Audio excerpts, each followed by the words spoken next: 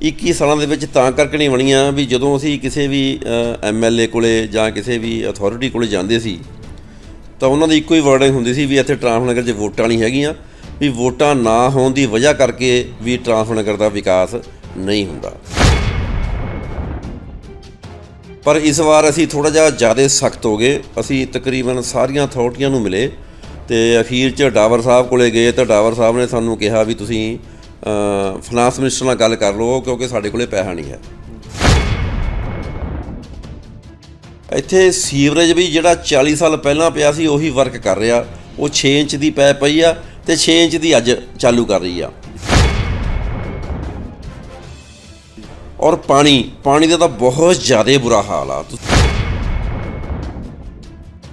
ਮੈਨੂੰ ਨਹੀਂ ਪਤਾ ਵੀ ਕਿੰਨੇ ਬੰਦੇ ਟਰਾਂਸਫਰ ਨਗਰ ਲਈ ਲੱਗੇ ਹੋਏ ਆ ਅਤੇ ਉਹ ਤਨਖਾਹ ਕੌਣ ਲੈਂਦਾ ਅਤੇ ਕਿਹਨੂੰ ਦਿੱਤੀ ਜਾਂਦੀ ਆ, ਜਾਂ ਉਹੀ ਨਹੀਂ ਕੰਮ ਕਰਦੇ ਜਾਂ ਉਹਨਾਂ 'ਤੇ ਕੋਈ ਵਾਲੀ ਵਾਰਸ ਨਹੀਂ ਹੈ।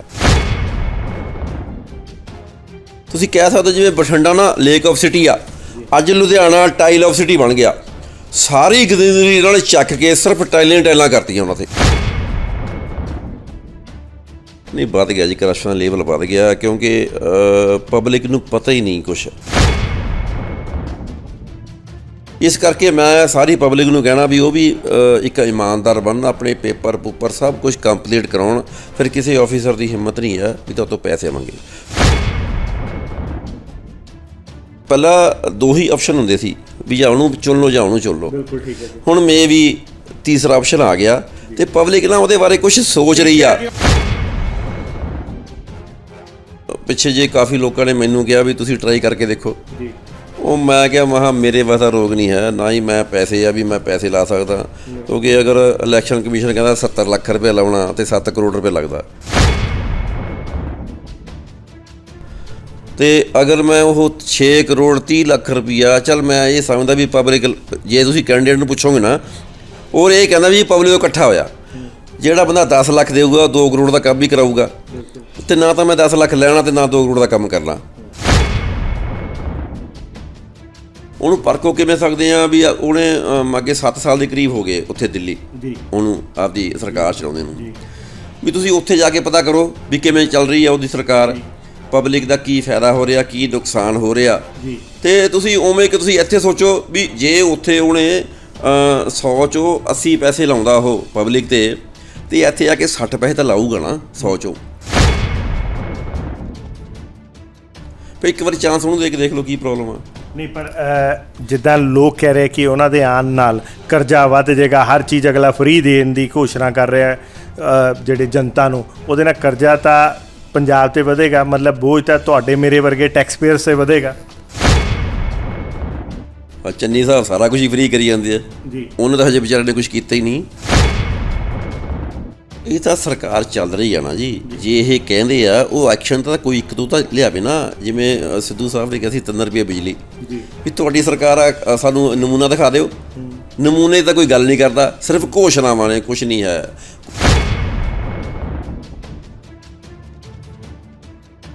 ਮੈਂ ਇੱਕ ਚੰਨੀ ਸਾਹਿਬ ਨੂੰ ਇੱਕ ਰਿਕੁਐਸਟ ਕਰ ਸਕਦਾ, ਰਿਕੁਐਸਟ ਤੁਸੀਂ ਘੱਟ ਕਹਿ ਸਕਦੇ ਹੋ, ਸੁਜੈਸ਼ਨ ਵੱਧ ਕਹਿ ਸਕਦੇ ਹੋ ਉਹਨੂੰ, ਵੀ ਉਹ ਹਰੇਕ ਡਿਸਟ੍ਰਿਕਟ ਵਿੱਚ ਨਾ ਇੱਕ ਵਾਟਸਮੈਨ ਲਾਵੇ ਤਾਂ ਕਿ ਉਹ ਬਾਕੀ ਇੱਕ DC ਨੂੰ ਵੀ ਉਹ ਪੁੱਛੇ ਵੀ ਇਹ ਕਿਉਂ ਨਹੀਂ ਹੋਇਆ ਕੰਮ। ਅਤੇ ਔਰ ਜਿਹੜਾ ਬੰਦਾ ਕੰਪਲੇਂਟ ਕਰੇ ਅਤੇ ਉਹ ਵਾਟਸਮੈਨ ਨੂੰ ਕਰੇ ਅਤੇ ਵਾਟਸਮੈਨ ਕੋਲ ਉਹਦਾ ਸਿਰਫ ਨੰਬਰ ਹੋਵੇ, ਉਹਦੀ ਆਇਡੈਂਟੀ ਨਾ ਹੋਵੇ। ਠੀਕ ਹੈ ਜੀ।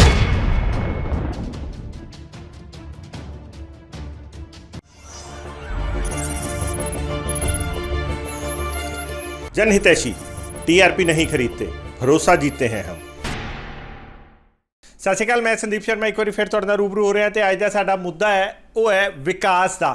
ਜੀ ਹਾਂ, ਪੰਜਾਬ ਦੇ ਵਿੱਚ ਰਾਜਨੀਤਿਕ ਮਾਹੌਲ ਭਖ ਚੁੱਕਾ ਹੈ ਔਰ ਇਸ ਟਾਈਮ 'ਤੇ ਜਿਹੜੀ ਸੱਤਾਧਾਰੀ ਸਰਕਾਰ ਹੈ ਉਹ ਖਾਸ ਕਰਕੇ ਜਿੱਥੇ ਆਪਣੇ ਕੀਤੇ ਹੋਏ ਵਿਕਾਸ ਕਾਰਿਆਂ ਦਾ ਬੋਰਡ ਲਗਾ ਰਿਹਾ ਹੈ, ਉਹਦੀ ਦੁਹਾਈਆਂ ਦੇ ਰਿਹਾ, ਉੱਥੇ ਹੀ ਜਿਹੜੀ ਵਿਪਕਸ਼ ਦੀ ਖਾਸ ਕਰਕੇ ਅਕਾਲੀ ਸਰਕਾਰ ਵੀ ਹੈ ਉਹ ਵੀ ਪਿਛਲੇ ਆਪਣੇ 10 ਸਾਲ ਦੇ ਕੰਮਾਂ ਦੇ ਬਾਰੇ ਹੁੰਗਾਰੇ ਠੋਕ ਰਹੀ ਹੈ ਕਿ ਅਸੀਂ ਆਹ ਕਰਾਇਆ। ਸੋ ਦੋਨੋਂ ਆਪਣੇ ਜਿਹੜੇ ਹੈ ਵਿਕਾਸ ਕਾਰਿਆਂ ਦੇ ਦਮ 'ਤੇ ਵੋਟਾਂ ਮੰਗ ਰਹੀਆਂ। ਇਹ ਸਾਰੇ ਮਾਮਲਿਆਂ ਦੇ ਵਿੱਚ ਜੇ ਅੱਜ ਅਸੀਂ ਪਹੁੰਚੇ ਲੁਧਿਆਣਾ ਦੇ ਟਰਾਂਸਪੋਰਟ ਨਗਰ 'ਚ, ਜਿੱਥੇ ਕਿ ਲੋਕਾਂ ਨੇ ਸਾਨੂੰ ਬੁਲਾਇਆ, ਪਰ ਇਹ ਟਰਾਂਸਪੋਰਟ ਨਗਰ 'ਚ ਆ ਕੇ ਹੈਰਾਨੀ ਹੋਈ ਕਿ ਜਿੱਥੇ ਪੂਰੇ ਪੰਜਾਬ 'ਚ ਕਿਹਾ ਜਾ ਰਿਹਾ, ਖਾਸ ਕਰਕੇ ਲੁਧਿਆਣੇ 'ਚ ਕਰੋੜਾਂ ਅਰਬਾਂ ਰੁਪਏ ਦੇ ਵਿਕਾਸ ਕਾਰਿਆਂ ਦੇ ਵਿਕਾਸ ਦੀ ਗੱਲ ਕੀਤੀ ਜਾ ਰਹੀ ਹੈ, ਡਿਵੈਲਪਮੈਂਟ ਦੀ ਕਲੇਮ ਕੀਤੇ ਜਾ ਰਹੇ ਹੈ। ਉੱਥੇ ਟਰਾਂਸਪੋਰਟ ਨਗਰ ਅੱਜ ਵੀ ਉੱਦਾਂ ਦਾ ਹੀ ਲੱਗਦਾ ਹੈ ਜਿੱਦਾਂ 20 ਸਾਲ ਪਹਿਲਾਂ ਸੀ। ਸੜਕਾਂ ਇੱਦਾਂ ਦੇ ਹਾਲਾਤ ਹੈ ਕਿ ਚੰਗੀ ਭਲੀ ਗੱਡੀਆਂ ਦੇ ਸ਼ੌਕਰ ਟੁੱਟ ਜਾਂਦੇ ਆ। ਸੋ ਬਹੁਤ ਸਾਰਾ ਉੱਦਾਂ ਦਾ ਮਾਹੌਲ ਹੈ, ਮੰਜ਼ਰ ਹੈ ਕਿ ਕਿਹਾ ਨਹੀਂ ਜਾ ਸਕਦਾ ਕਿ ਇੱਥੇ ਕਰੋੜਾਂ ਰੁਪਏ ਦੇ ਜਿਹੜੇ ਡਿਵੈਲਪਮੈਂਟ ਦੇ ਬੋਰਡ ਹੈ, ਇਹ ਵੀ ਕਹਿਣਾ ਗਲਤ ਨਹੀਂ ਹੋਏਗਾ ਕਿ ਉਹ ਇਸ ਵਿਕਾਸ ਨੂੰ ਮੂੰਹ ਚੜਾ ਰਹੇ ਹੈ। ਇਹ ਸਾਰੇ ਮਾਮਲੇ 'ਚ ਅੱਜ ਅਸੀਂ ਪਹੁੰਚੇ ਹਾਂ ਜਨਕ ਰਾਜ ਗੋਇਲ ਜੀ ਕੋਲ, ਜਿਹੜੇ ਕਿ ਟਰਾਂਸਪੋਰਟ ਜਿਹੜੀ ਹੈਗੀ ਹੈ ਐਸੋਸੀਏਸ਼ਨ ਦੇ, ਵੈਲਫੇਅਰ ਐਸੋਸੀਏਸ਼ਨ ਦੇ ਚੇਅਰਮੈਨ ਵੀ ਹੈ। ਸੋ ਇਹਨਾਂ ਨੂੰ ਪੁੱਛਦੇ ਹਾਂ ਕੀ ਇਹ ਸੋਚਦੇ ਹੈ ਸਰ, ਇਹ ਟਰਾਂਸਪੋਰਟ ਨਗਰ ਦਾ ਅੱਜ ਤੱਕ ਨੁਹਾਰ ਨਹੀਂ ਬਦਲੀ, ਤੇ ਕਿਉਂ? ਨਹੀਂ, ਤੁਸੀਂ ਅੱਜ ਤਾਂ ਨਹੀਂ ਕਹਿ ਸਕਦੇ। ਅੱਜ ਤਾਂ ਤੁਸੀਂ 5-6 ਮਹੀਨਾ ਪਹਿਲਾਂ ਕਹਿ ਸਕਦੇ ਸੀ ਵੀ ਨੁਹਾਰ ਨਹੀਂ ਬਦਲੀ। ਅੱਜ ਸਾਡੀਆਂ ਰੋਡਾਂ ਬਣ ਰਹੀਆਂ ਨੇ, ਸਿਰਫ ਔਰ ਸਿਰਫ ਰੋਡਾਂ। ਇਹ ਵੀ ਤਕਰੀਬਨ ਮੈਂ ਸਮਝਦਾ ਵੀ 21 ਸਾਲਾਂ ਬਾਅਦ ਬਣ ਰਹੀਆਂ। ਸਨ 2000 ਚ ਬਣੀਆਂ ਸੀ ਇਹ ਰੋਡਾਂ, ਉਦੋਂ ਵੀ RCC ਬਣੀਆਂ ਸੀ, ਤੇ 21 ਸਾਲਾਂ ਬਾਅਦ 21 ਸਾਲਾਂ ਦੇ ਵਿੱਚ ਤਾਂ ਕਰਕੇ ਨਹੀਂ ਬਣੀਆਂ ਵੀ ਜਦੋਂ ਅਸੀਂ ਕਿਸੇ ਵੀ MLA ਕੋਲੇ ਜਾਂ ਕਿਸੇ ਵੀ ਅਥਾਰਟੀ ਕੋਲੇ ਜਾਂਦੇ ਸੀ ਤਾਂ ਉਹਨਾਂ ਦੀ ਇੱਕੋ ਹੀ ਵਰਡਿੰਗ ਹੁੰਦੀ ਸੀ ਵੀ ਇੱਥੇ ਟਰਾਂਸਪੋਰਟ ਨਗਰ 'ਚ ਵੋਟਾਂ ਨਹੀਂ ਹੈਗੀਆਂ, ਵੀ ਵੋਟਾਂ ਨਾ ਹੋਣ ਦੀ ਵਜ੍ਹਾ ਕਰਕੇ ਵੀ ਟਰਾਂਸਪੋਰਟ ਨਗਰ ਦਾ ਵਿਕਾਸ ਨਹੀਂ ਹੁੰਦਾ। ਪਰ ਇਸ ਵਾਰ ਅਸੀਂ ਥੋੜ੍ਹਾ ਜਿਹਾ ਜ਼ਿਆਦਾ ਸਖਤ ਹੋ ਗਏ। ਅਸੀਂ ਤਕਰੀਬਨ ਸਾਰੀਆਂ ਅਥਾਰਟੀਆਂ ਨੂੰ ਮਿਲੇ ਅਤੇ ਅਖੀਰ 'ਚ ਡਾਵਰ ਸਾਹਿਬ ਕੋਲੇ ਗਏ ਤਾਂ ਡਾਵਰ ਸਾਹਿਬ ਨੇ ਸਾਨੂੰ ਕਿਹਾ ਵੀ ਤੁਸੀਂ ਫਾਈਨਾਂਸ ਮਿਨਿਸਟਰ ਨਾਲ ਗੱਲ ਕਰ ਲਓ ਕਿਉਂਕਿ ਸਾਡੇ ਕੋਲੇ ਪੈਸਾ ਨਹੀਂ ਹੈ। ਅਸੀਂ ਇਹਨਾਂ ਤੋਂ ਚਿੱਠੀ ਲਿਖਵਾਈ ਅਤੇ ਫਾਈਨਾਂਸ ਮਿਨਿਸਟਰ ਨੂੰ ਭੇਜੀ। ਉਹਨਾਂ ਨੇ ਸਪੈਸ਼ਲ ਰਿਕਮੈਂਡ ਕੀਤਾ ਪੈਸਾ ਉੱਥੋਂ, ਉਹ ਸਾਡੇ ਟਰਾਂਸਪੋਰਟ ਨਗਰ ਲਈ ਆਇਆ ਤਾਂ ਹੁਣ ਰੋਡਾਂ ਬਣੀਆਂ ਚਾਲੂ ਹੋਈਆਂ। ਤਕਰੀਬਨ ਇਹ ਸਾਰੀਆਂ ਰੋਡਾਂ 7.5 ਕਰੋੜ ਰੁਪਏ ਦੀਆਂ ਬਣਨਗੀਆਂ, ਜਿਨ੍ਹਾਂ ਵਿੱਚ 2 ਬਣ ਗਈਆਂ, ਬਾਕੀ ਕੰਮ ਚੱਲ ਰਿਹਾ। ਹਾਂ, ਸਿਰਫ ਰੋਡਾਂ ਦਾ ਹੀ ਹੋਇਆ। ਇੱਥੇ ਸੀਵਰੇਜ ਵੀ ਜਿਹੜਾ 40 ਸਾਲ ਪਹਿਲਾਂ ਪਿਆ ਸੀ ਉਹੀ ਵਰਕ ਕਰ ਰਿਹਾ। ਉਹ 6 ਇੰਚ ਦੀ ਪੈਪ ਪਈ ਆ ਅਤੇ 6 ਇੰਚ ਦੀ ਅੱਜ ਚਾਲੂ ਕਰ ਰਹੀ ਆ। ਔਰ ਪਾਣੀ ਦਾ ਤਾਂ ਬਹੁਤ ਜ਼ਿਆਦਾ ਬੁਰਾ ਹਾਲ ਆ। ਤੁਸੀਂ ਨਾ ਉਹਨੂੰ ਯਕੀਨ ਨਹੀਂ ਕਰ ਸਕਦੇ ਵੀ ਕਿੰਨਾ ਮਾੜਾ ਪਾਣੀ ਦਾ ਹਾਲ ਆ। ਅਸੀਂ ਸਾਡੇ ਸਹੀ ਆਉਂਦਾ, ਸਾਡੇ ਫਿਲਟਰ ਵਗੈਰਾ ਲੱਗੇ ਹੋਏ ਆ, ਕਾਫੀ ਲੋਕ ਇੱਥੋਂ ਪਾਣੀ ਸਾਡੇ ਤੋਂ ਭਰ ਕੇ ਲੈ ਕੇ ਜਾਂਦੇ ਆ। ਅਤੇ ਥਰਡ ਜਿਹੜਾ ਇੱਕ ਆ ਜੀ, ਸਭ ਨੂੰ ਜਿਹੜਾ ਹੋਣਾ ਚਾਹੀਦਾ ਕਾਰਪੋਰੇਸ਼ਨ ਦੀ ਡਿਊਟੀ ਆ, ਨੀਟ ਐਂਡ ਕਲੀਨ, ਸਾਫ ਸਫਾਈ। ਇੱਥੇ ਕੋਈ ਆਉਂਦਾ ਹੀ ਨਹੀਂ।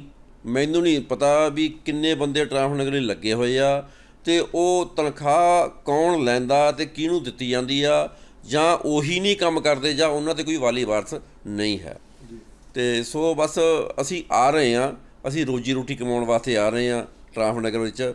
ਸਾਡਾ ਕੋਈ ਰਿਸ਼ਤੇਦਾਰ ਆ ਕੇ ਰਾਜੀ ਨਹੀਂ। ਪਰ ਮੈਂ ਇਹ ਪੁੱਛਣਾ ਚਾਹਾਂਗਾ, ਜਿੱਦਾਂ ਤੁਸੀਂ ਕਿਹਾ ਕਿ 20 ਤੋਂ 21 ਸਾਲ ਬਾਅਦ ਤੁਸੀਂ ਆਪ ਹੀ ਮੰਨ ਗਏ ਹੋ, ਕਿ ਇਹ ਅੱਜ ਜਿਹੜੇ ਕਰੋੜਾਂ ਰੁਪਏ ਦੇ ਡਿਵੈਲਪਮੈਂਟ ਦੇ ਵਿਕਾਸ ਕਾਰਜਾਂ ਦੇ ਕਲੇਮ ਕੀਤੇ ਜਾ ਰਹੇ ਆ, ਅਲੱਗ-ਅਲੱਗ ਵਿਧਾਇਕਾਂ ਵੱਲੋਂ, ਅਲੱਗ-ਅਲੱਗ ਪਾਰਸ਼ਦਾਂ ਵੱਲੋਂ ਹੋਰਡਿੰਗ ਲਗਾਏ ਗਏ, CM ਚੰਨੀ ਜੀ ਦੇ ਵੀ ਬੋਰਡ ਲਗਾਏ ਗਏ, ਔਰ ਕਲੇਮ ਕੀਤਾ ਜਾ ਰਿਹਾ ਇੰਨੇ 100 ਕਰੋੜ ਇੱਕ ਹਲਕੇ 'ਚ ਲਗਾ ਦਿੱਤਾ, ਇੰਨੇ ਹਜ਼ਾਰ ਇੱਕ ਹਲਕੇ 'ਚ ਲਗਾ ਦਿੱਤਾ। ਤੁਹਾਨੂੰ ਲੱਗਦਾ ਕਿ ਇੰਨਾ ਪੈਸਾ ਲੱਗ ਗਿਆ? ਸਰ ਦੇਖੋ, ਪੰਜਾਬੀ 'ਚ ਨਾ ਇੱਕ ਕਹਾਵਤ ਆ ਵੀ ਲੱਡੂ ਭਰੂਗਾ ਤਾਂ ਕੁਛ ਮਿਲੂਗਾ। ਇਸ ਕਰਕੇ ਇਹ ਕੰਮ ਕਰਨਾ ਇਹਨਾਂ ਦੀ ਉਹ ਆ। ਅਤੇ ਤੁਸੀਂ ਲੁਧਿਆਣਾ ਨਾ ਪਹਿਲਾਂ ਇੱਕ ਥੋੜ੍ਹਾ ਗ੍ਰੀਨ ਸਿਟੀ ਹੁੰਦਾ ਸੀ। ਤੁਸੀਂ ਕਹਿ ਸਕਦੇ ਜਿਵੇਂ ਬਠਿੰਡਾ ਨਾ ਲੇਕ ਆਫ ਸਿਟੀ ਆ, ਅੱਜ ਲੁਧਿਆਣਾ ਟਾਈਲ ਆਫ ਸਿਟੀ ਬਣ ਗਿਆ। ਸਾਰੀ ਗਰੀਨਰੀ ਇਹਨਾਂ ਨੇ ਚੱਕ ਕੇ ਸਿਰਫ ਟਾਈਲਾਂ ਕਰਤੀਆਂ ਉਹਨਾਂ 'ਤੇ। ਜਿੱਥੇ ਨਹੀਂ ਚਾਹੀਦੀ ਸੀ ਟਾਈਲ, ਉੱਥੇ ਵੀ ਟਾਈਲਾਂ, ਲੱਡੂ ਭੁਰ ਗਿਆ ਬਸ। ਸਰ ਮੈਂ ਇਹ ਪੁੱਛਣਾ ਚਾਹਾਂਗਾ, ਮੈਨੂੰ ਯਾਦ ਆ ਗਿਆ ਇਸ ਟਾਈਮ ਪੰਜਾਬ ਦੇ ਵਿੱਚ ਸੱਤਾਧਾਰੀ ਸਰਕਾਰ ਜਿਹੜੀ ਹੈ ਕਾਂਗਰਸ ਦੀ ਹੈ। ਤਾਂ ਕਾਂਗਰਸ ਦੇ ਇੱਕ ਸਵਰਗੀ ਸਾਡੇ ਪੂਰਵ ਪ੍ਰਧਾਨ ਮੰਤਰੀ ਜੀ ਵੀ ਹੁੰਦੇ ਸੀਗੇ, ਰਾਜੀਵ ਗਾਂਧੀ ਜੀ। ਉਹਨਾਂ ਨੇ ਇੱਕ ਬੜਾ ਬੇਬਾਕੀ ਨਾਲ, ਓਨੈਸਟੀ ਨਾਲ ਇੱਕ ਜਿਹੜੀ ਵਾਕਿਆ ਕਿਹਾ ਸੀਗਾ, ਜਿਹੜਾ ਅੱਜ ਤੱਕ ਲੋਕ ਯਾਦ ਕਰਦੇ ਹੈ ਕਿ ਰੁਪਈਆ ਲੱਗਦਾ ਅਤੇ ਸ਼ਾਇਦ 10 ਪੈਸੇ ਡਿਵੈਲਪਮੈਂਟ 'ਤੇ ਲੱਗਦੇ ਆ, ਬਾਕੀ ਕਰਪਸ਼ਨ 'ਚ ਚਲੇ ਜਾਂਦੇ, ਕਿ ਕੰਟਰੀ 'ਚ ਇੰਨੀ ਕੁ ਕਰਪਸ਼ਨ ਹੈ। ਅੱਜ ਦੇ ਸਟੇਟਸ 'ਚ, ਅੱਜ ਦੇ ਮਾਹੌਲ 'ਚੋਂ ਕਰਪਸ਼ਨ ਦਾ ਸੇਮ ਲੈਵਲ ਹੈ ਤੁਹਾਡੇ ਤਜਰਬੇ ਦੇ ਹਿਸਾਬ ਨਾਲ, ਜਾਂ ਹੋਰ ਵੱਧ ਘੱਟ ਗਿਆ? ਨਹੀਂ, ਵੱਧ ਗਿਆ ਜੀ, ਕਰਪਸ਼ਨ ਦਾ ਲੈਵਲ ਵੱਧ ਗਿਆ, ਕਿਉਂਕਿ ਪਬਲਿਕ ਨੂੰ ਪਤਾ ਹੀ ਨਹੀਂ ਕੁਛ। ਪਬਲਿਕ ਜਾਗ ਰਹੀ ਆ ਹੁਣ, ਪਹਿਲਾਂ ਨਾਲੋਂ ਬਹੁਤ ਜਾਗ ਗਈ ਆ। ਤੁਸੀਂ ਨਾ ਹੁਣ ਤੋਂ ਜੇ 10 ਸਾਲਾਂ ਬਾਅਦ ਦੇਖੋਗੇ ਨਾ ਤਾਂ ਬਹੁਤ ਘੱਟ ਜਾਏਗਾ। ਅੱਛਾ, ਹੁਣ ਸਾਰਾ ਡਿਜੀਟਲ ਹੋ ਗਿਆ। ਕੀ ਡਿਵੈਲਪਮੈਂਟ ਘੱਟ ਜਾਏਗੀ ਜਾਂ ਕਰਪਸ਼ਨ ਘੱਟ ਜਾਏਗੀ? ਕਰਪਸ਼ਨ ਘੱਟ ਜਾਏਗੀ। ਅੱਛਾ, ਮੈਨੂੰ ਲੱਗਿਆ ਡਿਵੈਲਪਮੈਂਟ ਘੱਟ ਜਾਏਗੀ। ਕਰਪਸ਼ਨ ਮੀਨਸ ਇਹ ਆ ਵੀ ਪਬਲਿਕ ਦੇਣੋਂ ਬੰਦ ਕਰ ਦੇਗੀ। ਕਰਪਸ਼ਨ ਉਦੋਂ ਹੀ ਘਟੇਗੀ ਜਦੋਂ ਪਬਲਿਕ ਦੇਣਾ ਬੰਦ ਕਰ ਗਈ। ਕਿਸੇ ਆਫਿਸਰ ਨੇ ਆਪਣੀ ਕਰਪਸ਼ਨ ਨਹੀਂ ਘਟਾਉਣੀ। ਜਿਵੇਂ ਅਸੀਂ ਕਿਸੇ ਆਫਿਸ ਜਾਂਦੇ ਹਾਂ ਤਾਂ ਲੋਕ ਸਾਨੂੰ ਕਹਿੰਦੇ ਜਾਂ ਤਾਂ ਉੱਥੋਂ ਕੋਈ ਪੈਸੇ ਨਹੀਂ ਮੰਗਦਾ, ਮੈਂ ਕੁਛ ਨਹੀਂ ਹਾਂ, ਮੈਂ ਸਿਰਫ ਇਹ ਕਹਿਣਾ ਵੀ ਮੇਰੇ ਪੇਪਰ ਸਾਰੇ ਕੰਪਲੀਟ ਨੇ, ਵੀ ਦੱਸੋ ਵੀ ਮੇਰੇ ਕੰਮ ਕਦੋਂ ਹੋਊਗਾ, ਠੀਕ ਨਹੀਂ। ਇਸ ਕਰਕੇ ਮੈਂ ਸਾਰੀ ਪਬਲਿਕ ਨੂੰ ਕਹਿਣਾ ਵੀ ਉਹ ਵੀ ਇੱਕ ਇਮਾਨਦਾਰ ਬਣਨ, ਆਪਣੇ ਪੇਪਰ ਪੂਪਰ ਸਭ ਕੁਝ ਕੰਪਲੀਟ ਕਰਾਉਣ। ਫਿਰ ਕਿਸੇ ਆਫੀਸਰ ਦੀ ਹਿੰਮਤ ਨਹੀਂ ਹੈ ਵੀ ਤੁਹਾਡੇ ਤੋਂ ਪੈਸੇ ਮੰਗੇ, ਅਤੇ ਆਉਣ ਵਾਲਾ ਟਾਈਮ ਇਹ ਹੋ ਜਾਊਗਾ। ਮੈਂ ਗੱਲਬਾਤ ਕਰਾਂਗਾ। ਗੋਇਲ ਸਾਹਿਬ, ਤੁਹਾਡਾ ਤਜਰਬਾ ਬਹੁਤ ਜ਼ਿਆਦਾ ਹੈ। ਇਸ ਟਾਈਮ ਪੰਜਾਬ ਦੇ ਵਿੱਚ ਚੁਣਾਵੀ ਮਾਹੌਲ ਹੋ ਚੁੱਕਾ ਹੈ, ਬਹੁਤ ਗਹਿਮਾ ਗਹਿਮੀ ਹੋ ਚੁੱਕੀ ਹੈ, ਤੁਸੀਂ ਵੀ ਨੋਟਿਸ ਕਰ ਰਹੇ ਹੋ ਨੇ। ਜੇ ਗੱਲਬਾਤ ਕਰੀਏ ਤਾਂ ਸੁਖਬੀਰ ਬਾਦਲ ਜੀ ਪਿਛਲੇ 1 ਮਹੀਨੇ 'ਚ ਸ਼ਾਇਦ 4 ਵਾਰੀ ਲੁਧਿਆਣੇ ਦੀ ਗੇੜੀ ਕੱਟ ਚੁੱਕੇ ਹੈ। ਸੋ ਇਹ ਸਾਰੇ ਮਾਮਲਿਆਂ 'ਚ ਤੁਹਾਨੂੰ ਕੀ ਲੱਗਦਾ ਕਿ ਇਸ ਵਾਰੀ ਪਬਲਿਕ ਕੀ ਸੋਚਦੀ ਹੈ, ਕਿਸ ਵੱਲ ਝੁਕਾਵ ਹੈ, ਸੱਤਾਧਾਰੀ ਵੱਲ, ਜਿਹੜੀ ਪਿਛਲੀ ਸੱਤਾਧਾਰੀ ਸੀ, ਜਾਂ ਕੀ ਸੋਚਦੀ ਹੈ? ਦੇਖੋ ਜੀ, ਹਲੇ ਤਾਂ ਡੱਡੂ ਨਾ ਆਪਣੇ ਘੋਸਲੇ 'ਚੋਂ ਨਿਕਲੇ ਆ, ਦੇਖਦੇ ਆ ਟਰੈਂ ਕਿਵੇਂ ਕਰਦੇ ਆ, ਉਹ ਪਬਲਿਕ ਦੇਖ ਰਹੀ ਆ ਵੀ ਕਿਹੜਾ ਡੱਡੂ ਕਿਵੇਂ ਟਰੈਂ ਕਰਦਾ। ਮੈਂ ਕਿ ਹਜੇ ਪਬਲਿਕ ਦੇਖ ਰਹੀ ਆ, ਬਟ ਇੱਕ ਚੀਜ਼ ਦਾ ਪਬਲਿਕ ਨੂੰ, ਇੱਕ ਚੀਜ਼ ਦਾ ਨਾ ਪਬਲਿਕ ਨੂੰ ਸ਼ੋਰ ਹੋਆ ਵੀ ਯਾਰ ਅਸੀਂ ਹੁਣ ਜਿਹੜਾ ਇੱਕ ਪਹਿਲਾਂ 2 ਹੀ ਆਪਸ਼ਨ ਹੁੰਦੇ ਸੀ ਵੀ ਜਾਂ ਉਹਨੂੰ ਚੁਣ ਲਓ ਜਾਂ ਉਹਨੂੰ ਚੁਣ ਲਓ। ਬਿਲਕੁਲ ਠੀਕ ਹੈ ਜੀ। ਹੁਣ ਮੇ ਵੀ ਤੀਸਰਾ ਆਪਸ਼ਨ ਆ ਗਿਆ ਤੇ ਪਬਲਿਕ ਨਾ ਉਹਦੇ ਬਾਰੇ ਕੁਝ ਸੋਚ ਰਹੀ ਆ। ਕਿਉਂ ਸਰ ਤੀਜਾ ਕਿਉਂ? ਮੈਂ ਇੱਕ ਗੱਲ ਕਰੋ ਜੀ, ਇਸ ਵਾਰੀ ਪਹਿਲੀ ਵਾਰੀ ਇੱਦਾਂ ਹੈ ਕਿ ਪੰਜਾਬ ਦੇ ਚੁਣਾਵਾਂ ਦੇ ਵਿੱਚ ਘੱਟੋ ਘੱਟ 5 ਤੋਂ 6 ਪਾਰਟੀਆਂ ਦੇ ਕੈਂਡੀਡੇਟ ਤਾਂ ਖੜਦੇ ਨਜ਼ਰ ਆਉਂਦੇ ਆ ਪਰ ਸੀਟ। ਜੇ ਗੱਲਬਾਤ ਕਰੀਏ ਤਾਂ 4 ਤਾਂ ਮੇਨ ਪਾਰਟੀਆਂ ਹੋ ਗਈਆਂ, ਕਾਂਗਰਸ, ਅਕਾਲੀ, ਬੀਜੇਪੀ, ਆਮ ਆਦਮੀ ਪਾਰਟੀ। ਉਸ ਤੋਂ ਬਾਅਦ ਕੈਪਟਨ ਸਾਹਿਬ ਜਿਹੜੇ ਸਾਡੇ ਪੁਰਾਣੇ ਹੈਗੇ, ਉਹਨਾਂ ਨੇ ਵੀ ਪਾਰਟੀ ਦੀ ਅਨਾਊਂਸਮੈਂਟ ਕੀਤੀ ਹੋਈ ਹੈ। ਹਜੇ ਇੱਕ ਸ਼੍ਰੋਮਣੀ ਅਕਾਲੀ ਦਲ ਹੋਰ ਹੈਗਾ, ਜਿਹੜਾ ਦੂਸਰਾ ਜਿਹੜੇ ਹੈਗੇ ਢੀਂਡਸਾ ਬ੍ਰਦਰਸ ਹੈਗੇ ਹੈ। ਉਸ ਤੋਂ ਬਾਅਦ ਜੇ ਗੱਲਬਾਤ ਕਰੀਏ ਤਾਂ ਇੱਕ ਅੱਧੇ ਹੋਰ ਵੀ ਕੋਈ ਨਾ ਕੋਈ ਫਿਰ ਆਜ਼ਾਦ ਉਮੀਦਵਾਰ ਵੀ। ਸੋ ਇੱਕ ਸੀਟ 'ਤੇ ਐਂ ਹੋ ਸਕਦਾ ਕਿ ਜਿੱਥੇ ਤੁਸੀਂ ਕਹਿ ਰਹੇ ਕਿ 2 ਹੀ ਆਪਸ਼ਨ ਹੁੰਦੀਆਂ ਸੀ, ਹੁਣ 7 ਤੋਂ 8 ਆਪਸ਼ਨਾਂ ਜਿਹੜੀ ਹੈਗੀ ਹੈ। ਸੋ ਪਬਲਿਕ ਦਾ ਰੁਝਾਨ ਕਿੱਧਰ ਨੂੰ ਰਹੇਗਾ? ਨਹੀਂ ਤਾਂ ਕਾਫੀ ਨਾ ਪਾਰਟੀਆਂ ਮਾ ਕੇ ਨਾ ਅਲਾਈਅੰਸ ਕਰ ਲੈਂਦੀਆਂ, ਜਿਵੇਂ ਅੱਜ ਤੱਕ ਅਕਾਲੀ ਤੇ ਬੀਜੇਪੀ ਦਾ ਚੱਲਿਆ ਆ ਰਿਹਾ, ਕਾਂਗਰਸ ਦਾ BSP ਨਾਲ ਵਗੈਰਾ, ਇਹਨਾਂ ਦਾ ਸਾਰਾ ਮਾ ਕੇ ਅਲਾਈਅੰਸ ਹੋ ਜਾਂਦੀ ਆ। ਉਹ ਤਾਂ 2-2 3 ਪਾਰਟੀਆਂ, ਇੱਕ ਨੇ ਕਾਂਗਰਸ ਨੇ ਖੜਾਤਾ, ਦੂਸਰੀ ਜਗ੍ਹਾ BSP ਨੇ ਖੜਾਤਾ, ਇੱਕ ਜਗ੍ਹਾ ਅਕਾਲੀ ਨੇ ਖੜਾਤਾ, ਅਖੀਰ 'ਚ ਅਖੀਰ 'ਚ 2 ਹੋਣੇ। ਜੇ ਤੀਜਾ ਆਪਸ਼ਨ ਹੈ ਨਾ, ਆਮ ਆਦਮੀ ਪਾਰਟੀ ਕਹਿ ਸਕਦੇ ਹਾਂ ਆਪਾਂ ਤੀਜਾ ਆਪਸ਼ਨ। ਲੋਕ ਨਾ ਮਾੜਾ ਮੋਟਾ ਹੁਣ ਉਹਦੇ ਬਾਰੇ ਸੋਚ ਰਹੇ ਆ, ਕਿਉਂਕਿ ਪਿਛਲੀ ਵਾਰੀ ਉਹਨਾਂ ਨੇ ਭੁਗਤ ਭੋਗੀ ਆ, ਲੋਕ ਵੀ, ਠੀਕ ਹੈ ਕਿ ਨਹੀਂ। ਬਾਕੀ ਭੁੱਲ ਜਾਂਦੇ ਜਲਦੀ, ਉਹ ਰੱਬ ਦੇ ਬੰਦੇ ਆ ਸਾਰੇ ਪਬਲਿਕ ਦੇ, ਉਹ ਭੁੱਲ ਜਾਂਦੇ ਆ ਜੋ ਵੀ ਕੁਛ ਕੀਤਾ। ਪਰ ਗੋਇਲ ਸਾਹਿਬ ਜੇ ਗੱਲਬਾਤ ਕਰੀਏ, ਤੁਸੀਂ ਤਾਂ ਤਜਰਬੇਕਾਰ ਹੋ, ਤੇ ਬੰਦਾ ਤਾਂ ਹਮੇਸ਼ਾ ਕਹਿੰਦਾ ਕਿ ਐਕਚੁਅਲੀ ਜੋ ਰਾਜਨੀਤਿਕ ਜਿਹੜੇ ਸੱਤਾਧਾਰੀ ਸਰਕਾਰ ਹੈ ਜਾਂ ਦੂਜੇ ਵੀ ਕਹਿ ਰਹੇ ਹੈ, ਜੋ ਸਿਆਣੇ ਹੋਰ ਵੀ ਬੰਦੇ ਕਹਿ ਰਹੇ ਹੈ ਕਿ ਹਮੇਸ਼ਾ ਜਦੋਂ, ਕਿਉਂਕਿ ਇਹ ਰਾਜਨੀਤੀ ਹੈ, ਇਹ ਤਾਂ ਹੈ ਨਹੀਂ ਕਿ ਆਪਾਂ ਕੋਈ ਟੈਸਟ ਕਲੀਅਰ ਕਰਨਾ, ਹਮੇਸ਼ਾ ਕਿ ਤਜਰਬੇਕਾਰ ਬੰਦੇ ਕੋਲ ਜਾਣਾ ਚਾਹੀਦਾ। ਸਰ ਤੁਸੀਂ ਤਜਰਬੇਕਾਰ ਹੋਣ ਦੇ ਬਾਵਜੂਦ ਇੱਕ ਨਵੇਂ ਬੰਦੇ ਦੀ ਗੱਲ ਕਰ ਰਹੇ ਹੋ। ਮੈਂ ਤਜਰਬਾ ਮੈਨੂੰ ਤਾਂ ਕੋਈ ਤਜਰਬਾ ਨਹੀਂ, ਪੋਲੀਟਿਕਸ ਦਾ ਕੋਈ ਤਜਰਬਾ ਨਹੀਂ। ਪੋਲੀਟਿਕਸ ਤਾਂ ਨਹੀਂ, ਜ਼ਿੰਦਗੀ ਦਾ ਤਜਰਬਾ ਬਹੁਤ ਵੱਡਾ ਹੁੰਦਾ ਸਰ। ਨਹੀਂ, ਅਸੀਂ ਨਹੀਂ ਇਹੋ ਜਿਹਾ ਕੁਝ ਕਰ ਸਕਦੇ। ਅਸੀਂ ਪਿੱਛੇ ਜੇ ਕਾਫੀ ਲੋਕਾਂ ਨੇ ਮੈਨੂੰ ਕਿਹਾ ਵੀ ਤੁਸੀਂ ਟਰਾਈ ਕਰਕੇ ਦੇਖੋ ਜੀ, ਉਹ ਮੈਂ ਕਿਹਾ ਮੇਰੇ ਵਾਸਤੇ ਰੋਗ ਨਹੀਂ ਹੈ, ਨਾ ਹੀ ਮੈਂ ਪੈਸੇ ਆ ਵੀ ਮੈਂ ਪੈਸੇ ਲਾ ਸਕਦਾ, ਕਿਉਂਕਿ ਅਗਰ ਇਲੈਕਸ਼ਨ ਕਮਿਸ਼ਨ ਕਹਿੰਦਾ 70 ਲੱਖ ਰੁਪਏ ਲਾਉਣਾ ਅਤੇ 7 ਕਰੋੜ ਰੁਪਏ ਲੱਗਦਾ, ਅਤੇ ਅਗਰ ਮੈਂ ਉਹ 6 ਕਰੋੜ 30 ਲੱਖ ਰੁਪਈਆ, ਚੱਲ ਮੈਂ ਇਹ ਸਮਝਦਾ ਵੀ ਪਬਲਿਕ, ਜੇ ਤੁਸੀਂ ਕੈਂਡੀਡੇਟ ਨੂੰ ਪੁੱਛੋਗੇ ਨਾ, ਉਹ ਇਹ ਕਹਿੰਦਾ ਵੀ ਪਬਲਿਕ ਤੋਂ ਇਕੱਠਾ ਹੋਇਆ, ਜਿਹੜਾ ਬੰਦਾ 10 ਲੱਖ ਦੇਊਗਾ 2 ਕਰੋੜ ਦਾ ਕੰਮ ਵੀ ਕਰਾਊਗਾ, ਅਤੇ ਨਾ ਤਾਂ ਮੈਂ 10 ਲੱਖ ਲੈਣਾ ਅਤੇ ਨਾ 2 ਕਰੋੜ ਦਾ ਕੰਮ ਕਰਨਾ, ਅਤੇ ਇਸ ਕਰਕੇ ਮੇਰੇ ਲਈ ਇਹ ਨਹੀਂ ਹੈ।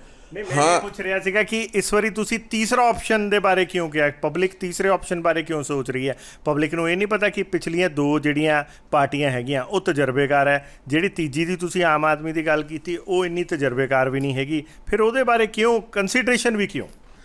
ਉਹ ਸਰ ਪਤਾ ਕੀ ਗੱਲ ਹੁੰਦੀ ਆ ਵੀ 2 ਨੇ ਹੁਣ ਖਾ ਪੀ ਲਿਆ, ਹੁਣ ਤੀਜੇ ਨੂੰ ਵੀ ਚਾਂਸ ਦੇਣਾ ਚਾਹੀਦਾ। ਕੀ ਮਤਲਬ?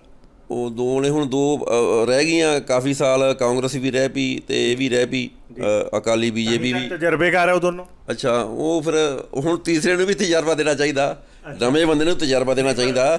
ਪਬਲਿਕ ਦੇਖੋ, ਪਬਲਿਕ ਲਈ ਇੱਕੋ ਚੀਜ਼ ਆ ਜੀ। ਮੈਂ ਕਹਿੰਦਾ ਪਬਲਿਕ ਇਹ ਸੋਚੇ ਵੀ ਜਿਵੇਂ 2 ਨੇ ਉਵੇਂ ਇੱਕ ਤੀਜੀ ਆ, ਪਰ ਦੇਖ ਲਓ ਕੀ ਪਤਾ ਪਬਲਿਕ ਦੀ ਕਿਸਮਤ ਖੁੱਲੀ ਜਾਵੇ। ਸਮਝਿਆ ਨਹੀਂ, 2 ਹੈਗੀਆਂ ਉੱਦਾਂ ਤੀਜੀ ਹੈ, ਇਹ ਕੀ, ਇਹਦਾ ਕੀ ਮਤਲਬ ਹੋਇਆ ਤੁਹਾਡੇ ਕਹਿਣ ਦਾ? ਮਤਲਬ ਜਿੱਦਾਂ ਦੀ ਕਾਂਗਰਸ ਆ ਉੱਦਾਂ ਦੀ ਅਕਾਲੀ ਹੈ? ਸਾਰੇ ਕੁਝ ਕੀ ਆ, ਸ਼ਾਮ ਨੂੰ ਵੀ ਇਕੱਠੇ ਰੋਟੀ ਖਾਂਦੇ ਆ ਸਾਰੇ। ਅੱਛਾ ਜੀ। ਮੈਂ ਇਹੋ ਜਿਹੇ ਪੰਡਾਲ ਦੇਖਿਆ ਪਿਛਲੇ ਇਲੈਕਸ਼ਨਾਂ 'ਚ ਵੀ ਇੱਕ ਵਾਰੀ ਭਾਸ਼ਣ ਕਾਂਗਰਸ ਵਾਲੇ ਦੇ ਗਏ, ਦੂਜੀ ਵਾਰੀ ਅਕਾਲੀ ਆ ਕੇ ਦੇ ਗਏ, ਉਹ ਕਹਿੰਦੇ ਮਿਕਸ ਕਰ ਲਓ ਯਾਰ, ਖਰਚਾ ਘੱਟ ਪਊਗਾ। ਅੱਛਾ ਜੀ। ਹਾਂ, ਇਹੋ ਜਿਹੀ ਵੀ ਮੈਂ ਇਲੈਕਸ਼ਨ ਦੇਖਿਆ। ਮੈਂ ਕਿ ਇਹੋ ਜਿਹਾ ਕੁਛ ਨਹੀਂ ਹੈ, ਪਿੱਛੇ ਜੇ ਪੜ੍ਹੀ ਲਿਖੀ ਸੋਚ ਵੀ ਤਾਂ ਕਹਿ ਸਕਦੇ ਕਿ ਜੇ ਅੱਗੇ ਯੰਗਸਟਰ ਸਾਡੇ ਲੀਡਰ ਆ ਰਹੇ ਹੈ, ਅਗਲੇ ਕਹਿੰਦੇ ਠੀਕ ਹੈ ਜੀ ਇਹਨੂੰ ਐਜ਼ ਏ ਸਪੋਰਟਸਮੈਨਸ਼ਿਪ ਲਓ, ਆਪਾਂ ਕਿਉਂ ਨਹੀਂ ਖਰਚਾ ਘਟਾ ਲਈਏ, ਇਹ ਤਾਂ ਚੰਗੀ ਗੱਲ ਹੈ, ਜਨਤਾ ਤੇ ਬੋਝ ਘੱਟ ਪਏਗਾ। ਫਿਰ ਆਪਣੇ ਬਾਰੇ ਦੱਸਣ ਨਾ, ਇੱਕ ਦੂਜੇ ਨੂੰ ਗਾਲਾਂ ਕੱਢਣ ਦੀ ਕੀ ਲੋੜ ਆ ਸਟੇਜ ਚੜ੍ਹ ਕੇ? ਅੱਛਾ, ਸਟੇਜ ਤੇ ਚੜ੍ਹ ਕੇ ਵੀ ਉਹ ਚੋਰ ਆ, ਉਹ ਠੱਗਾ ਕਹਿਣ ਦੀ ਕੀ ਲੋੜ ਆ? ਤੁਸੀਂ ਦੱਸੋ ਵੀ ਤੁਸੀਂ ਕੀ ਹੋ। ਤੇ ਜੇ ਅਸੀਂ ਉਹੀ ਸਟੇਜ ਤੇ ਚੜ੍ਹ ਕੇ ਉਹ ਗਾਲਾਂ ਕੱਢੀ ਜਾਂਦਾ, ਉਹੀ ਸਟੇਜ ਦੂਜਾ ਗਾਲਾਂ ਕੱਢੀ ਜਾਂਦਾ, ਫਿਰ ਉਹ 'ਚ ਸਾਂਝਾ ਕੀ ਹੋ ਗਿਆ ਜੀ? ਉਹ ਤਾਂ ਸ਼ਾਮ ਨੂੰ ਬਹਿ ਕੇ ਇਕੱਠੀ ਰੋਟੀ ਖਾਣ ਵਾਲੀ ਗੱਲ ਹੋ ਗਈ ਨਾ ਜੀ। ਤੇ ਫਿਰ ਤੁਸੀਂ ਕਹਿ ਰਹੇ ਹੋ ਤਾਂ ਤੀਜੇ ਵੀ ਉਹੋ ਜਿਹੀ ਹੈ। ਨਹੀਂ, ਮੈਂ ਨਹੀਂ ਕਹਿੰਦਾ ਕਿਸੇ ਨੂੰ ਵੀ ਉਹੋ ਜਿਹਾ ਜਾਂ ਤੀਜਾ ਵੀ, ਜਦੋਂ ਆਪਾਂ ਪਰਖੇ ਹੀ ਨਹੀਂ ਹਲੇ ਕਿਵੇਂ ਕਹਿੰਦਾਂਗੇ ਉਹੋ ਜਿਹਾ? ਪਹਿਲਾਂ ਪਰਖੋ ਉਹਨੂੰ। ਜੇ ਤੁਸੀਂ ਆਮ ਆਦਮੀ ਪਾਰਟੀ ਦੀ ਗੱਲ ਕਰਦੇ ਹੋ ਨਾ, ਤੁਸੀਂ ਪਹਿਲਾਂ ਉਹਨੂੰ ਪਰਖੋ। ਉਹਨੂੰ ਪਰਖੋ ਕਿਵੇਂ ਸਕਦੇ ਆ ਵੀ ਉਹਨੇ ਅੱਗੇ 7 ਸਾਲ ਦੇ ਕਰੀਬ ਹੋ ਗਏ ਉੱਥੇ ਦਿੱਲੀ ਉਹਨੂੰ ਆਪਦੀ ਸਰਕਾਰ ਚਲਾਉਂਦੇ ਨੂੰ, ਵੀ ਤੁਸੀਂ ਉੱਥੇ ਜਾ ਕੇ ਪਤਾ ਕਰੋ ਵੀ ਕਿਵੇਂ ਚੱਲ ਰਹੀ ਆ ਉਹਦੀ ਸਰਕਾਰ, ਪਬਲਿਕ ਦਾ ਕੀ ਫਾਇਦਾ ਹੋ ਰਿਹਾ, ਕੀ ਨੁਕਸਾਨ ਹੋ ਰਿਹਾ। ਤੇ ਤੁਸੀਂ ਉਵੇਂ ਕਿ ਤੁਸੀਂ ਇੱਥੇ ਸੋਚੋ ਵੀ ਜੇ ਉੱਥੇ ਉਹਨੇ 100 ਚੋਂ 80 ਪੈਸੇ ਲਾਉਂਦਾ ਉਹ ਪਬਲਿਕ ਤੇ ਇੱਥੇ ਆ ਕੇ 60 ਪੈਸੇ ਤਾਂ ਲਾਊਗਾ ਨਾ 100 ਚੋਂ। ਫਿਰ ਇੱਕ ਵਾਰੀ ਚਾਂਸ ਉਹਨੂੰ ਦੇਖ ਲਓ ਕੀ ਪ੍ਰੋਬਲਮ ਆ। ਨਹੀਂ, ਪਰ ਜਿੱਦਾਂ ਲੋਕ ਕਹਿ ਰਹੇ ਕਿ ਉਹਨਾਂ ਦੇ ਆਉਣ ਨਾਲ ਕਰਜ਼ਾ ਵੱਧ ਜਾਏਗਾ, ਹਰ ਚੀਜ਼ ਅਗਲਾ ਫ੍ਰੀ ਦੇਣ ਦੀ ਘੋਸ਼ਣਾ ਕਰ ਰਿਹਾ ਜਿਹੜੇ ਜਨਤਾ ਨੂੰ, ਉਹਦੇ ਨਾਲ ਕਰਜ਼ਾ ਤਾਂ ਪੰਜਾਬ 'ਤੇ ਵਧੇਗਾ, ਮਤਲਬ ਬੋਝ ਤਾਂ ਤੁਹਾਡੇ ਮੇਰੇ ਵਰਗੇ ਟੈਕਸ ਪੇਅਰਸ 'ਤੇ ਵਧੇਗਾ। ਚੰਨੀ ਸਾਹਿਬ ਸਾਰਾ ਕੁਝ ਹੀ ਫ੍ਰੀ ਕਰੀ ਜਾਂਦੇ ਆ ਜੀ, ਉਹਨੇ ਤਾਂ ਹਜੇ ਵਿਚਾਰੇ ਨੇ ਕੁਝ ਕੀਤਾ ਹੀ ਨਹੀਂ। ਚੰਨੀ ਸਾਹਿਬ ਸਾਰਾ ਕੁਝ ਹੀ ਕਰੀ ਜਾਂਦੇ ਆ, ਇਹ ਤਾਂ ਫੱਟੇ ਚੱਕੀ ਜਾਂਦਾ ਜੀ ਹੈ। ਨਹੀਂ, ਪਰ ਉਹ ਤਾਂ ਜਦੋਂ ਕੰਪੀਟੀਸ਼ਨ ਦੇ ਵਿੱਚ ਫਿਰ ਕਰਨਾ ਹੀ ਪੈਂਦਾ ਜੀ। ਪਹਿਲਾਂ ਨਹੀਂ, ਦੇਖੋ ਪਹਿਲਾਂ 4.5 ਸਾਲ ਤਾਂ ਨਹੀਂ ਅਗਲਿਆਂ ਨੇ ਕੀਤਾ ਸੀ, ਹੁਣ ਜੇ ਸਾਹਮਣੇ ਵਾਲਾ ਉੱਦਾਂ ਦੀਆਂ ਗੱਲਾਂ ਕਹੇਗਾ ਤੇ ਉਹਨਾਂ ਨੂੰ ਵੀ ਕਰਨਾ ਤਾਂ ਪਏਗਾ ਹੀ। ਇਹ ਤਾਂ ਸਰਕਾਰ ਚੱਲ ਰਹੀ ਆ ਨਾ ਜੀ, ਜੇ ਇਹ ਕਹਿੰਦੇ ਆ ਉਹ ਐਕਸ਼ਨ ਤਾਂ ਕੋਈ ਇੱਕ ਦੋ ਤਾਂ ਲਿਆਵੇ ਨਾ। ਜਿਵੇਂ ਸਿੱਧੂ ਸਾਹਿਬ ਨੇ ਕਿਹਾ ਸੀ 3 ਰੁਪਏ ਬਿਜਲੀ, ਵੀ ਤੁਹਾਡੀ ਸਰਕਾਰ ਆ, ਸਾਨੂੰ ਨਮੂਨਾ ਦਿਖਾ ਦਿਓ। ਨਮੂਨੇ ਤਾਂ ਕੋਈ ਗੱਲ ਨਹੀਂ ਕਰਦਾ, ਸਿਰਫ ਘੋਸ਼ਣਾਵਾਂ ਨੇ, ਕੁਛ ਨਹੀਂ ਹੈ ਸਰ। ਬਸ ਪਬਲਿਕ ਕੱਲ੍ਹ ਵੀ ਕਮਲੀ ਸੀ, ਅੱਜ ਵੀ ਕਮਲੀ ਆ ਤੇ ਕੱਲ੍ਹ ਵੀ ਕਮਲੀ ਰਹੂਗੀ ਬਸ। ਠੀਕ ਹੈ, ਤਾਂ ਪਰ ਹੁਣ ਕਹਿਣ ਦਾ ਮਤਲਬ ਇਹ ਹੋ ਗਿਆ ਕਿ ਪੰਜਾਬ 'ਚ ਹੁਣ ਇੱਕ ਤੀਜਾ ਮੋਰਚਾ ਕੰਸੀਡਰੇਸ਼ਨ 'ਚ ਆ ਗਿਆ। ਯੈਸ, ਬਿਲਕੁਲ 100%। ਉਹਦਾ ਰੀਜ਼ਨ ਇਹਨਾਂ ਦੀਆਂ ਗਲਤੀਆਂ, ਸੱਤਾਧਾਰੀਆਂ ਦੀਆਂ ਗਲਤੀਆਂ, ਜਾਂ ਪਬਲਿਕ ਕੁਝ ਹੋਰ ਸੋਚਦੀ ਹੈ? ਪਬਲਿਕ ਨਾ ਪਰੇਸ਼ਾਨ ਆ, ਉਹਨਾਂ ਦੀ ਕੋਈ ਆਫਿਸਰ ਨਹੀਂ ਸੁਣਦਾ। ਤੁਸੀਂ ਲੁਧਿਆਣਾ ਦੇਖ ਲਓ, ਲੁਧਿਆਣਾ ਤੁਸੀਂ ਇੱਥੇ ਚਲੇ ਜਾਓ, ਕੋਈ ਆਫਿਸਰ ਆਪਣੀ ਡਿਊਟੀ 'ਤੇ ਨਹੀਂ ਹੁੰਦਾ, ਸਾਰੇ ਐਬਸੈਂਟ ਹੁੰਦੇ ਆ। ਜੇ ਤੁਸੀਂ ਮਿਲਣਾ ਹੋਵੇ ਤੁਹਾਨੂੰ ਘੱਟੋ ਘੱਟ 2-3 ਦਿਨ ਚਾਹੀਦੇ ਆ। ਠੀਕ ਨਹੀਂ ਜੀ? ਫਿਰ ਇੱਕ ਪਬਲਿਕ ਸਰਵੈਂਟ ਹੁੰਦੇ ਆ ਆਫਿਸਰ, ਜਦੋਂ ਉਹੀ ਕੁਰਸੀ 'ਤੇ ਨਹੀਂ ਬੈਠਣਗੇ ਤੇ ਪਬਲਿਕ ਕਿੱਥੇ ਜਾਊਗੀ ਸਰ? ਹਰੇਕ ਮਹਿਕਮੇ 'ਚ ਦਲਾਲ ਨੇ ਵੀ ਜੀ ਉਹਨੂੰ ਮਿਲ ਲਓ, ਉਹ ਤੋਂ ਕੰਮ ਕਰਾ ਲਓ। ਪਰ ਸੀਐਮ ਚੰਨੀ ਨੇ ਤਾਂ ਬੜੇ ਸਖਤ ਆਰਡਰ ਕੀਤੇ ਕਿ ਹਰ ਬੰਦਾ ਆਪਣੀ ਸੀਟ 'ਤੇ ਹੋਣਾ ਚਾਹੀਦਾ, ਔਰ ਉਹ ਖੁਦ ਵੀ ਆਪਣੀ ਸਿਕਿਉਰਿਟੀ ਹਟਾ ਕੇ ਔਰ ਖੁਦ ਪਬਲਿਕ 'ਚ ਜਾ ਕੇ ਵਿਚਰ ਰਹੇ। ਇਹ ਸਾਰਿਆਂ ਨੂੰ ਕਿਸ ਨਜ਼ਰੀਏ ਨਾਲ ਦੇਖਦੇ ਹੋ ਕਿ ਇਹਦਾ ਫਾਇਦਾ ਨਹੀਂ ਮਿਲੂਗਾ ਸੱਤਾਧਾਰੀਆਂ ਨੂੰ? ਨਹੀਂ, ਮੈਂ ਤਾਂ ਨਹੀਂ, ਪਿੱਛੇ ਜੇ ਨਾ ਚੰਨੀ ਸਾਹਿਬ ਨੇ ਕਿਹਾ ਸੀ ਵੀ ਮੈਨੂੰ ਜਦੋਂ ਮਰਜ਼ੀ ਫੋਨ ਕਰੋ, ਪਰ ਅੱਜ ਤੱਕ ਉਹਨਾਂ ਨੇ ਫੋਨ ਨੰਬਰ ਦਿੱਤਾ ਨਹੀਂ ਹੈ। ਵੀ ਕਿਹੜੇ ਫੋਨ 'ਤੇ ਫੋਨ ਕਰੀਏ।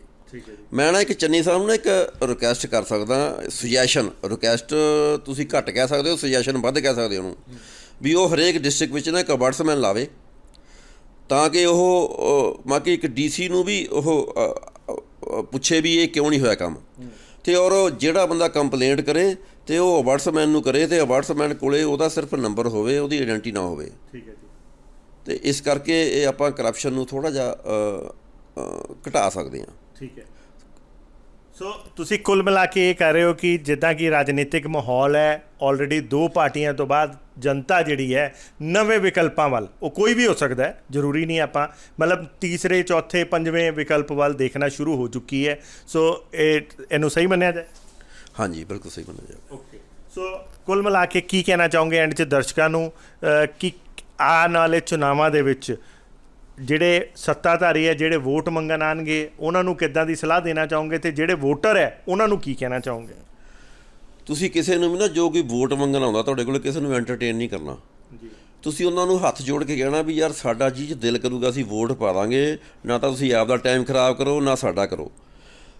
ਕਿਉਂਕਿ ਜਦੋਂ ਹਰੇਕ ਆਪਦਾ ਮੋਟੋ ਦੱਸਦਾ ਵੀ ਸਾਡਾ ਇਹ ਮੋਟਿਵ ਆ, ਉਹ ਕਹਿੰਦਾ ਇਹ ਮੋਟਿਵ ਆ, ਅਸੀਂ ਐਂ ਕਰ ਦਾਂਗੇ, ਉਹ ਐਂ ਕਰ ਦਾਂਗੇ, ਹੁੰਦਾ ਕੁਛ ਹੈ ਨਹੀਂ। ਫਿਰ ਉਹੀ ਆ, ਤੁਸੀਂ ਇਹ ਦੇਖਣਾ ਵੀ ਜਿਹੜਾ ਸਾਡਾ MLA ਖੜਾ ਹੋਇਆ, ਜਿਹਨੂੰ ਅਸੀਂ ਵੋਟ ਪਾਉਣੀ ਆ, ਵੀ ਉਹ ਇਮਾਨਦਾਰ ਹੈ, ਉਹਦੀ ਪੁਸ਼ਟ ਭੂਮੀ ਕੀ ਆ, ਉਹਦਾ ਪਰਿਵਾਰਿਕ ਰਿਸ਼ਤਾ ਕੀ ਆ, ਉਹ ਆਪਦੇ ਪਰਿਵਾਰ ਵਿੱਚ ਕੀ ਅਹਿਮੀਅਤ ਰੱਖਦਾ, ਇਹ ਸਾਰਾ ਕੁਝ ਦੇਖ ਕੇ ਤੁਸੀਂ ਉਹਦੀ ਇਮਾਨਦਾਰੀ ਨੂੰ ਕਹਿ ਕੇ ਵੋਟ ਪਾਓ, ਨਾ ਕਿ ਇਹ ਦੇਖ ਕੇ ਵੀ ਅਕਾਲੀਆਂ ਦਾ, ਇਹ ਕਾਂਗਰਸ ਦਾ, ਇਹ ਬੀਜੇਪੀ ਦਾ ਜਾਂ ਇਹ ਆਪ ਦਾ।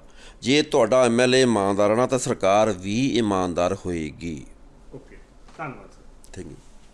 ਸੋ ਦੋਸਤੋ, ਇਹ ਸੀਗੇ ਜਨਕਰਾਜ ਗੋਇਲ ਜੀ, ਜਿਹੜੇ ਕਿ ਇੱਕ ਤਜਰਬੇਕਾਰ ਇਨਸਾਨ ਹੋਣ ਦੇ ਨਾਲ ਇੱਕ ਚੇਅਰਮੈਨ ਵੀ ਹੈਗੇ ਟਰਾਂਸਪੋਰਟ ਵੈਲਫੇਅਰ ਐਸੋਸੀਏਸ਼ਨ ਦੇ। ਸੋ ਇਹਨਾਂ ਨੇ ਆਪਣੇ ਤਜਰਬੇ ਦੇ ਨਾਲ, ਜਿੱਥੇ ਕਿ ਅਲੱਗ-ਅਲੱਗ ਲੜਾਈਆਂ ਲੜੀਆਂ ਡਿਪਾਰਟਮੈਂਟ ਦੇ ਵਿੱਚ, ਉਹਨਾਂ ਨੂੰ ਜਿੱਤਿਆ ਵੀ ਹੈ। ਸੋ ਇਹਨਾਂ ਨੇ ਆਪਣੇ ਤਜਰਬੇ ਦੇ ਨਾਲ ਸਾਨੂੰ ਇਹ ਦੱਸਿਆ ਕਿ ਜੋ ਰਾਜਨੀਤਿਕ ਮਾਹੌਲ ਹੈ ਇਸ ਟਾਈਮ ਪੰਜਾਬ ਦਾ, ਉਹਦੇ ਵਿੱਚ ਹੁਣ ਜਨਤਾ ਜਿਹੜੀ ਹੈ ਉਹ ਪਹਿਲੇ ਦੂਸਰੇ ਵਿਕਲਪ ਤੱਕ ਹੀ ਨਹੀਂ ਸੀਮਿਤ, ਹੁਣ ਉਹ ਨਵੇਂ ਵਿਕਲਪਾਂ ਨੂੰ ਵੀ ਕੰਸੀਡਰ ਕਰ ਰਹੀ ਹੈ। ਜਿਹਦੇ ਪਿੱਛੇ ਇਹਨਾਂ ਨੇ ਇੱਕ ਵੱਡਾ ਰੀਜ਼ਨ ਇਹ ਦੱਸਿਆ ਕਿ ਇਹਨਾਂ ਦੇ ਅਨੁਸਾਰ ਕਿ ਸਾਰੇ ਦੇ ਸਾਰੇ ਜੇ ਇੱਕੋ ਤਰ੍ਹਾਂ ਦੇ ਹੈ ਤੇ ਕਿਉਂ ਨਾ ਜਿਹੜੇ ਦੋ ਅਜਮਾ ਚੁੱਕੇ ਹੈ ਤੇ ਅਸੀਂ ਤੀਸਰੇ ਨੂੰ ਵੀ ਮੌਕਾ ਦਈਏ। ਸੋ ਇਹ ਅਸੀਂ ਨਹੀਂ ਕਹਿ ਰਹੇ, ਇਹ ਜਨਤਾ ਦੀ ਵਰਡਿੰਗ ਹੈ।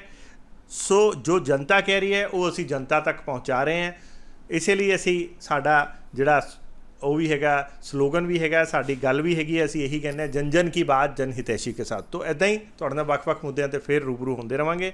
ਦੇਖਦੇ ਰਹੋ, ਬने रहो जन हितैषी। धन्यवाद। यदि आपको हमारी ये वीडियो पसंद आई तो हमारे चैनल को लाइक, शेयर और सब्सक्राइब करें। ऐसी और अपडेट्स देखने के लिए बेल आइकॉन ज़रूर दबाएं।